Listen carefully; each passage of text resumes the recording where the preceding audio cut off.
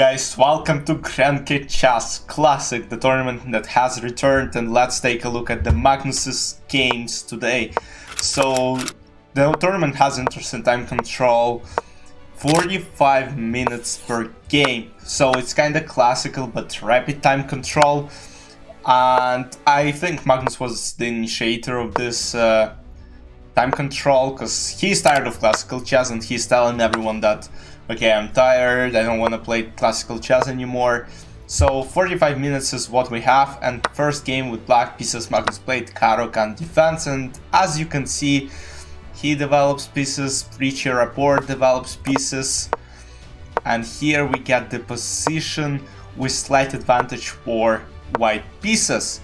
This bishop is very well placed on g5, putting pressure on e7, knight has to go somewhere, knight g6, putting pressure on e5, a5, castle, rook a4, rook e8, rook d4, and now knight e5 is played. And so here, I don't know why, but Richie Rapport decided not to take this pawn on h5, and as you can see, Richie Rapport has very huge time advantage. Magnus doesn't like classical time controls, and now he's in time trouble.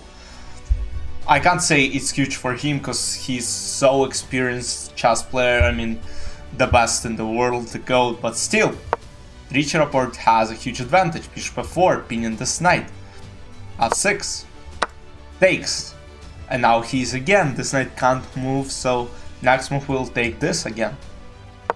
Queen f7, trying to trade, and trade happens, takes, Bishop h2, King h7, and here we got to an absolutely equal endgame. But what you're about to witness is absolutely insane. Because you might say I'm better than Magnus, and you'll see why in a few minutes. So here they were shuffling around, Richie took the pawn, Magnus took the pawn, rook d7, and here the point is Magnus has more weaknesses than Richie. And here it turns out that bishop f6, by the way, was threatened. King f1, e5, rook b2, knight a5, rook b6. Now Richie is coming after a6 pawn. Knight c4, rook a6, and now d5 pawn is also a potential target. Takes, and now Richie is up one pawn. But basically what he said in the press conference, almost every move in the position after is drawn, and Magnus chose the only move which loses. Here basically e4 would make an easy draw, because I mean, just let's say rook d4, rook c3, and the pawn can't be taken because of knight d2, bishop b4, rook c1, king e2 or something, and then just king h7, and it's almost impossible to lose this endgame after simple knight e5. But in the position here, Magnus played knight e2, and guys, this is a blunder, because Richie Rapport has rook d2.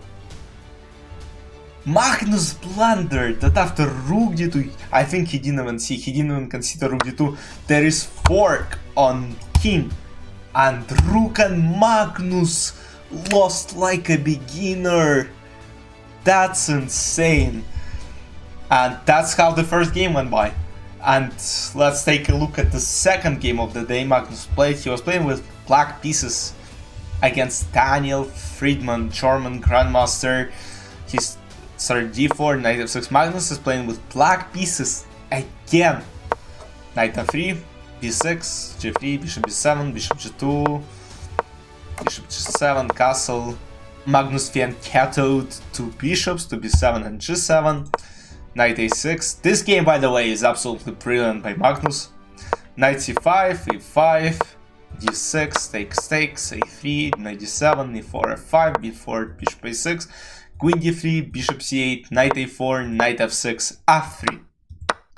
So you see the position is very closed, and here both, I mean, Daniel is trying to attack on queenside by playing c5, maybe go bishop a3, then take, go b5, try to go queen and rook to c6 and take on d6. Magnus is trying to play on kingside.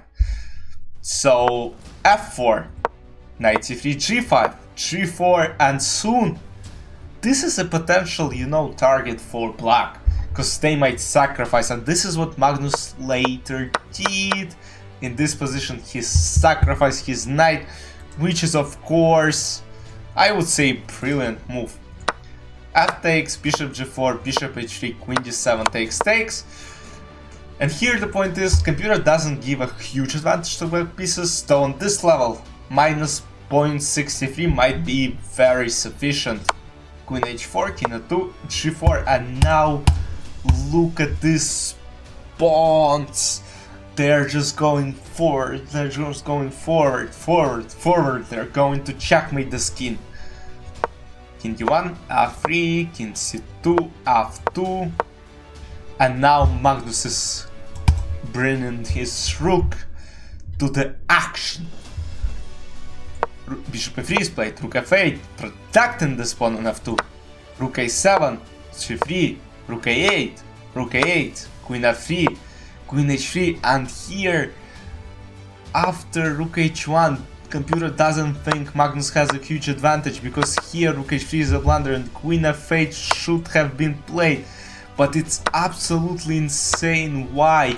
Because computer thinks this position might be a draw somehow, but I don't think Daniel would have made a draw here.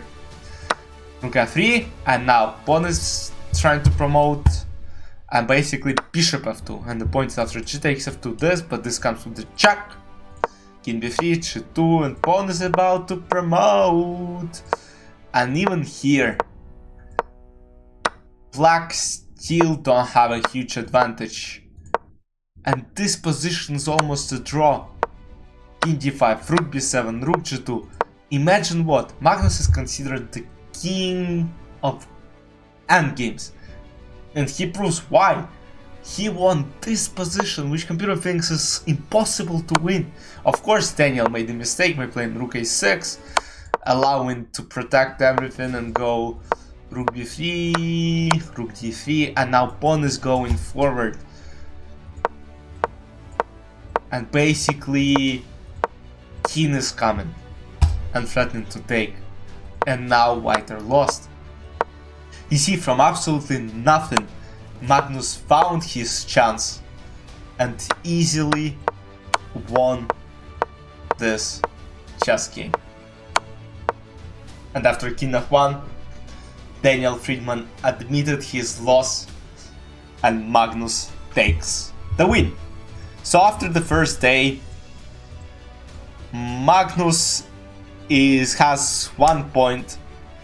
He is tied for the second place with Dean Loren, Maxim Vashilev, Vincent Keimer, and himself. Richard Rapport is on the first. Let's see what happens tomorrow. I'm very excited to see World Champion and to see what will happen in the game Dean Loren and Magnus Carlsen. I'm not sure if they play tomorrow, but let's see anyways. I hope you enjoyed this. Let me know in the comments what do you think about Magnus's game and his recent comments on classical chess, and I'll see you in next videos. Bye bye.